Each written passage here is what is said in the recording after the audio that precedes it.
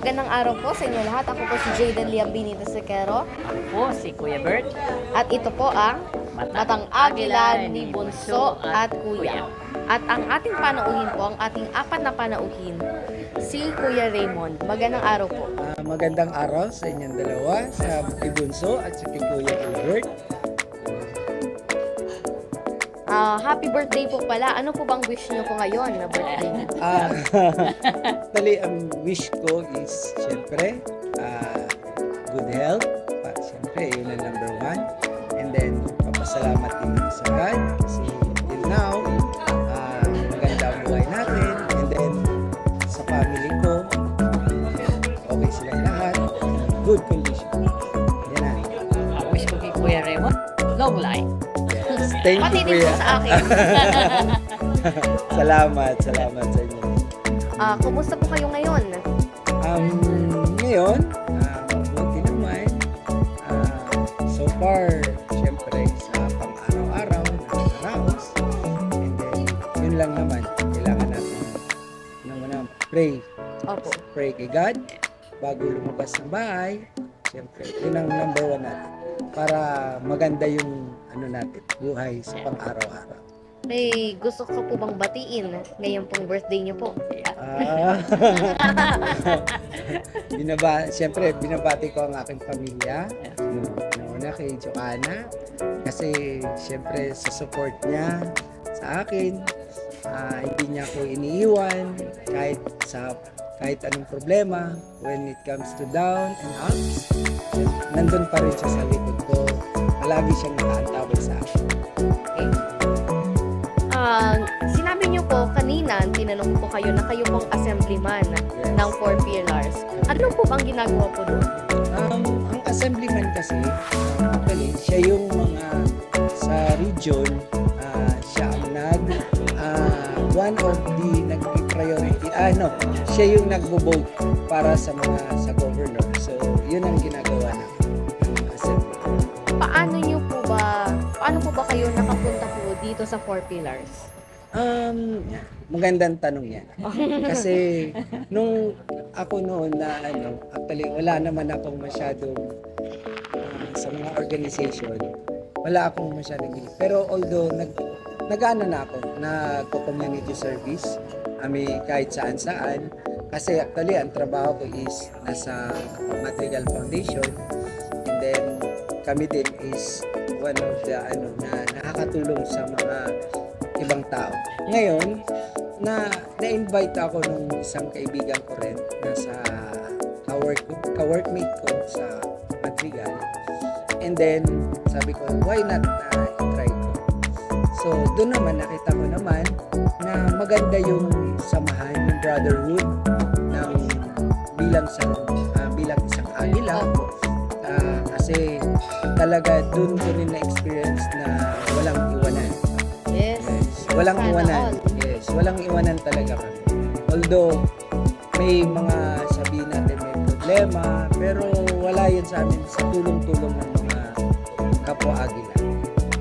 Nasabi niyo po kanina na kayo po ay kasali din po sa Madrigal Foundation. Yes. Ano din po ba ang posisyon niyo po doon?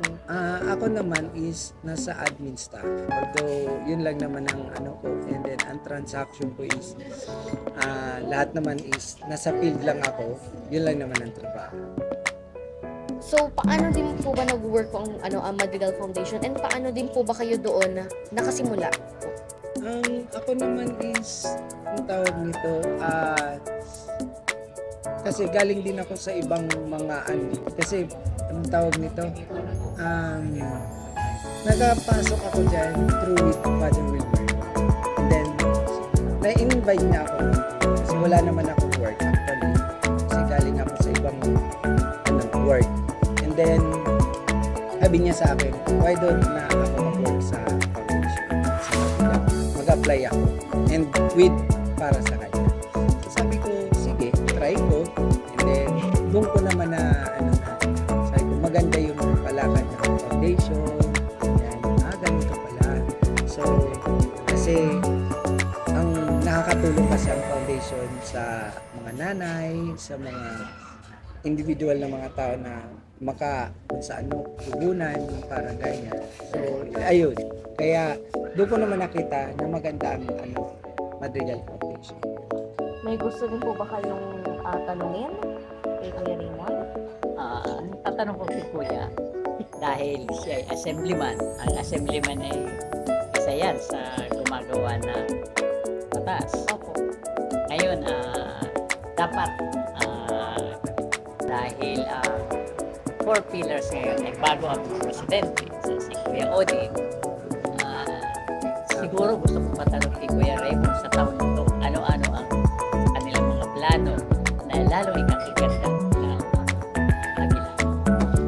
Magandang tanong yan, Kuya.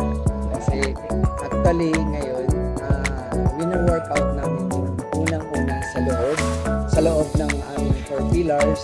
Although, ang 4 pillars is already established na yan. Ano na kami, maganda ang samahan namin sa loob ng 4 pillars. And then, yun ang inaano namin, wino-workout pa rin namin na gusto namin maging malakas pa at saka yung gusto din namin na makatulong pa, mas lalo pang palawakin namin ang pagtutulong namin ng 4 pillars. Hindi lang kami mag-focus sa ganitong sa bagay lang. No, hindi. Kailangan marami pa kaming mga dapat matulungan. So, bago pong ating susunod na question, kung sino pong gustong mag-shoutout, mag-comment lang po kayo sa aming sa ating comment box, sa ating YouTube channel, at sa aming FB page. So, sa susunod po na tanong, isip ka po bang tao na nagtatrabaho ka din, di ba po, sa Madrigal Foundation at ikaw din po ay assemblyman sa 4 pillars? Busy ka po ba tao? Sa akin, hindi na para sa akin kasi pinagano ko siya, pinabalance ko kasi ako. Kasi every time kailangan ako, bago ako sa isang bagay papasok, kailangan naka-veterinary. May veterinary na ako. So, para hindi yun para magawa ko yung ibang bagay, kailangan dito ako magpo-focus. Halimbawa, sa work ko, kailangan ko matapos ito.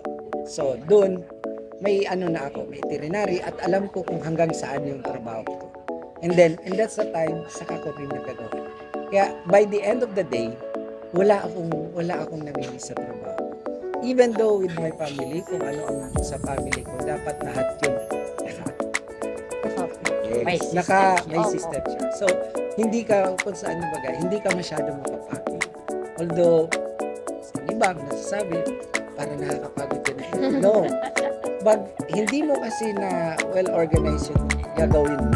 Talaga nakakapagod. Kasi, magawa ka dito. Tapos doon, babalikan mo na naman yung isa. No.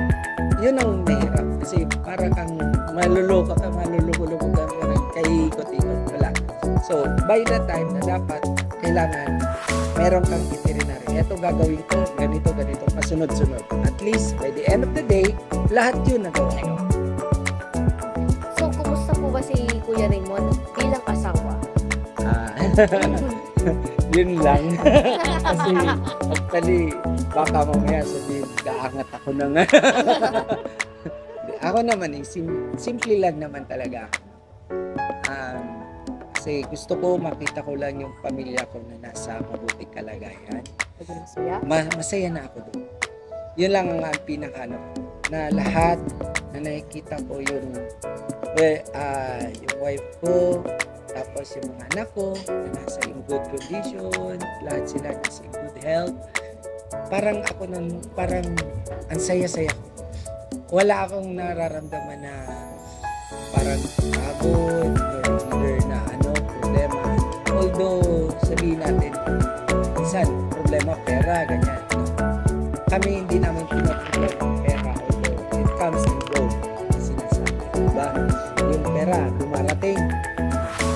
Pero yung tiwala mo at saka yung pagmamahal ng pamilya mo, yun ang dapat yun ang mahalaga. Kasi doon ka huhugot ng lakas. Yun ang importante sa lahat. Sa lahat po ng ginagawa niyo, may nararamdaman po ba kayong pagod? Actually, hindi naman sabihin natin na wala. Hindi lang naman natin kailangan ipakita sa pamilya. Kasi pag pinapakita mo yun, parang pati sila is nawawala ng ano, di ba? Ng parang, yes. So, pero pag pinapakita mo na sa pamilya mo or sa ibang ano na ikaw is strong, although alam mo minsan nakakapagod na ganito kasi sa pang-araw-araw ganito na lang palagi. O no, wag. Kasi kailangan mong maging inspiration ka na.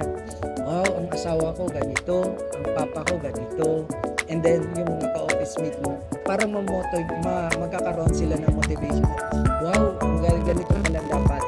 Kasi nagiging ano kay parang yung strong mo, pero yung hindi nila alam, yung hugot ng ano mo, yung lakas mo is nasa family mo. Yun ang pinaka-important. Kasi nakikita mo sila na maganda ang buhay, maganda ang ano nila, buhay. So, doon ka huhugot. So, talagang nagiging inspiration mo. Yan. Sa tingin po ba lahat po ng pagod niyo po ay magiging worth it? Yes. Oh, siyempre. Kasi kasi wala naman na bagay na sabihin natin na yung pinagpaguran mo, di ba, hindi mo na-achieve. Diba?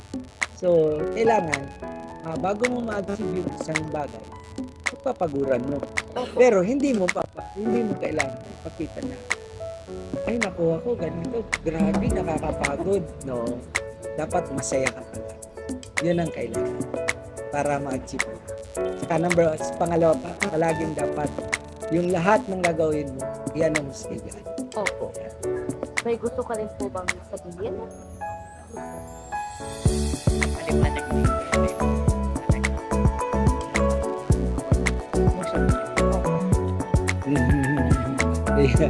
Kung baga sabi mga akila, talagang dapat sasagot namin sa isipan sa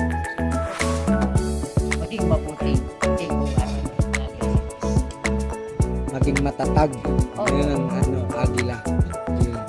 Maraming salamat po sa inyo pong pagpapaunlak sa amin. Salamat din sa inyo dalawa. At again po, happy birthday. Thank you. Salamat din sa pag-invite sa akin.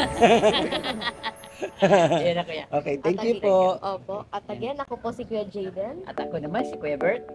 At ito po ang Matang Agilan ni Bunso at Kuya. Maraming salamat po. Thank you.